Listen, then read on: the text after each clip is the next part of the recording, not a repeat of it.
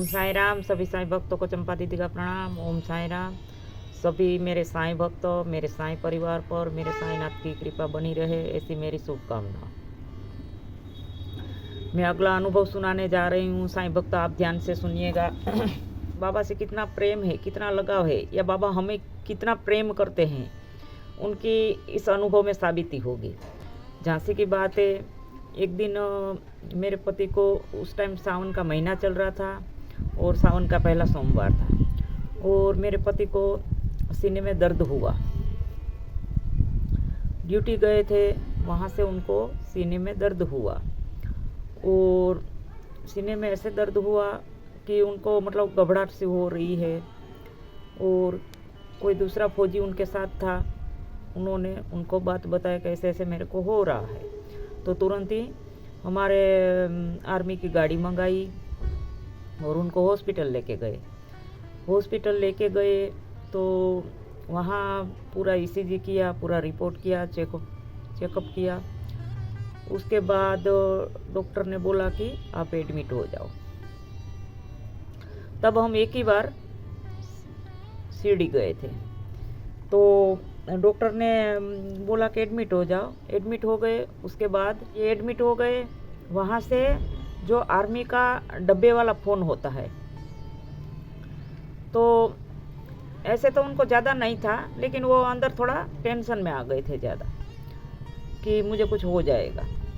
तो डॉक्टर ने सब चेकअप किया और उसके बाद एडमिट किया गया। उसके बाद वो गेट पे आर्मी हॉस्पिटल एमएस का गेट है, वहाँ डब्बे वाला फ़ोन था। तो वहाँ ये धीरे धीरे पैदल चले गए और वहाँ से मुझे फ़ोन किया कि चंपा मैं एडमिट हो गया हूँ, मुझे थोड़ा ड्यूटी गए थे, वहाँ से मेरे को सीने में दर्द था और फौजी गाड़ी मंगाई, एक आदमी आके मेरे को यहाँ एडमिट कर दिया, तेरे को टाइम है तो आ, और मेरा सोमवार का व्रत है, तो कुछ लेके आना फल फूल। मैं बोली ठीक है, अभी आ रही हूँ। बच्चे स्कूल चले गए थे और 11:30-12 बजे का दोपहर का टाइम था। मैं बोली 2:30-3 बजे बच्चे आते हैं, तब तक तो मैं वापस आ जाऊँगी। तो मैं बाबा से प्रार्थना की। मैं बोली बाबा आप हमारे घर में आ चुके हैं, मेरे परिवार की जिम्मेवारी आपके झोली में डाल रखी है, तो मेरे परिवार को किसी को कभी कुछ होने नहीं देना। यही मैं हमेशा बोलती रहती हूँ, और हमेशा क्या एक ही बार बोल दिया है तो बाबा अपना वचन पे कायम है। एक बार बोलो या हमेशा बोलो, कोई फ़र्क नहीं पड़ता, बाबा आते ही हैं। फिर मैं बाबा का तुरंत ही, मेरा भी सोमवार का व्रत था, बच्चे के लिए सिर्फ खाना बनाना था। मैं तो तुरंत ही केला लिया और अमरूद लिया, और वहाँ से घर से एमएस क्वार्टर में रहती थी मैं, तो वहाँ से मैं तुरंत ही चली गई। और जाने से पहले वापस मुझे फ़ोन आया इसके पापा का, बोले चंपा तू थोड़ा जल्दी आ जा हॉस्पिटल। मैं बोली क्या हो गया? बोले यहाँ बाबा का चमत्कार हुआ। मैं बोली अभी थोड़ी देर पहले तो आपने फ़ोन किया था कि तू आ जा, मैं एडमिट हो गया हूँ, क्या चमत्कार हुआ? बोले मेरे को बोले चंपा तेरे बाबा है और मेरे साथ भी चमत्कार हुआ। मैं बोली क्या हुआ? बोले कि इधर में एडमिट होने के बाद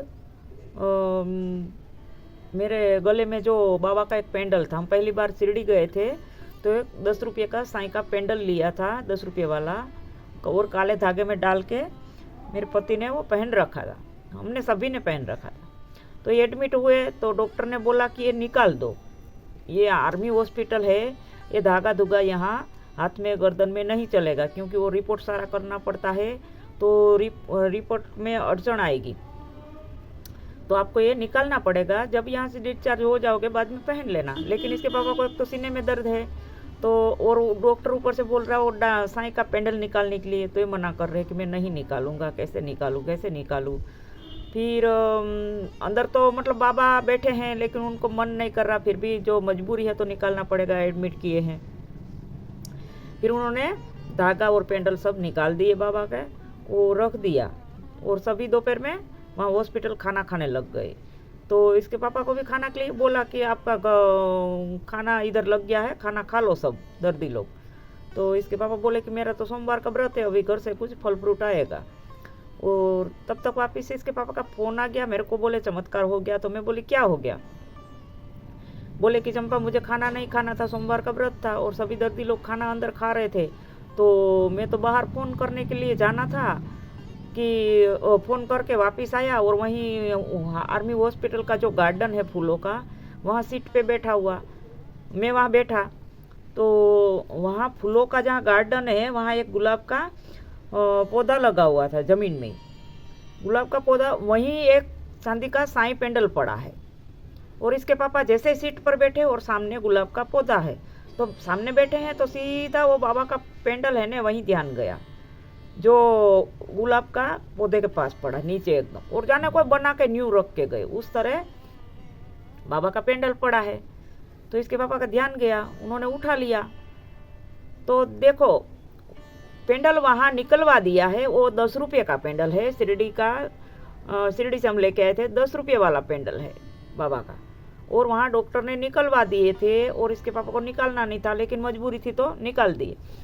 लेकिन तुरंत ही 15-20 मिनट मुश्किल से हुआ होगा, वो बाहर आए और वहाँ गार्डन में बैठे तो वहाँ दूसरा पेंडल मिला, वो भी साईं का ही पेंडल, साईं ऐसे हाथ रख के पेंडल में दिखाई दे रहे, दर्शन दे रहे हैं, और एकदम हुक भी लगी है, हुक टूटी हुई नहीं है, किसी के गले से गिरता तो वो हुक टूटी हुई मिलती, लेकिन सही एकदम बना हुआ, और जाने अभी कोई सुनार की दुकान से बना के वहीं रख के चला गया हो, उस तरह पेंडल मिला। फिर मेरे को बोले कि चंपा चमत्कार हो गया, अब मुझे कुछ नहीं होगा, भले नहीं पेंडल निकलवा दिए लेकिन मुझे दूसरा पेंडल मिला और लग रहा चांदी का है।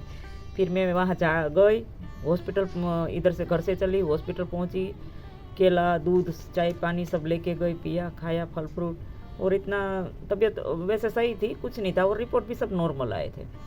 तो मैं तुरंत थोड़ी देर वहाँ 1-आध घंटा रुकी, पेंडल देखा, मुझे बहुत खुशी मिली कि बाबा हमारे साथ है, और थोड़ी देर में मैं 1-1.5 घंटा वहाँ रुकी। उसके बाद मैं वापस घर आई क्योंकि बच्चे आने वाले थे तो उनका खाना बनाना था।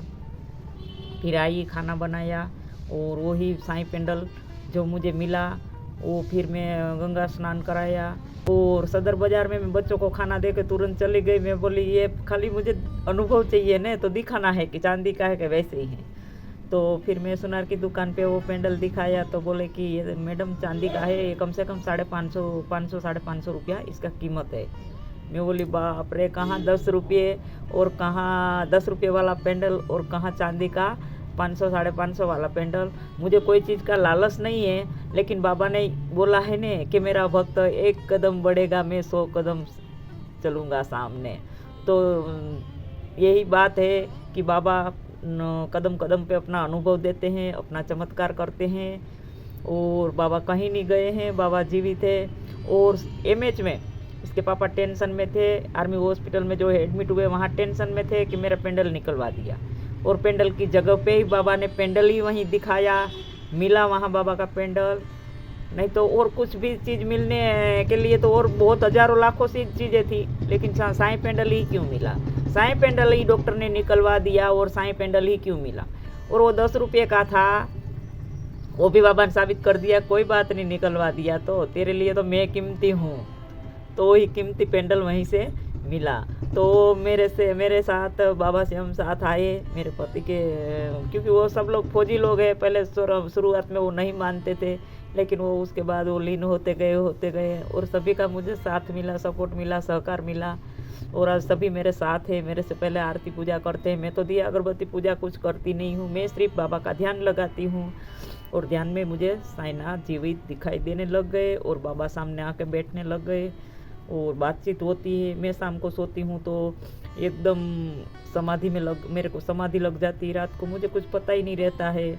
और जैसे पहले टेंशन में सोती थी, ये होगा न, कैसे होगा न, क्या होगा न, पता नहीं हजारों लाखों करोड़ों की टेंशन लेके सोती थी।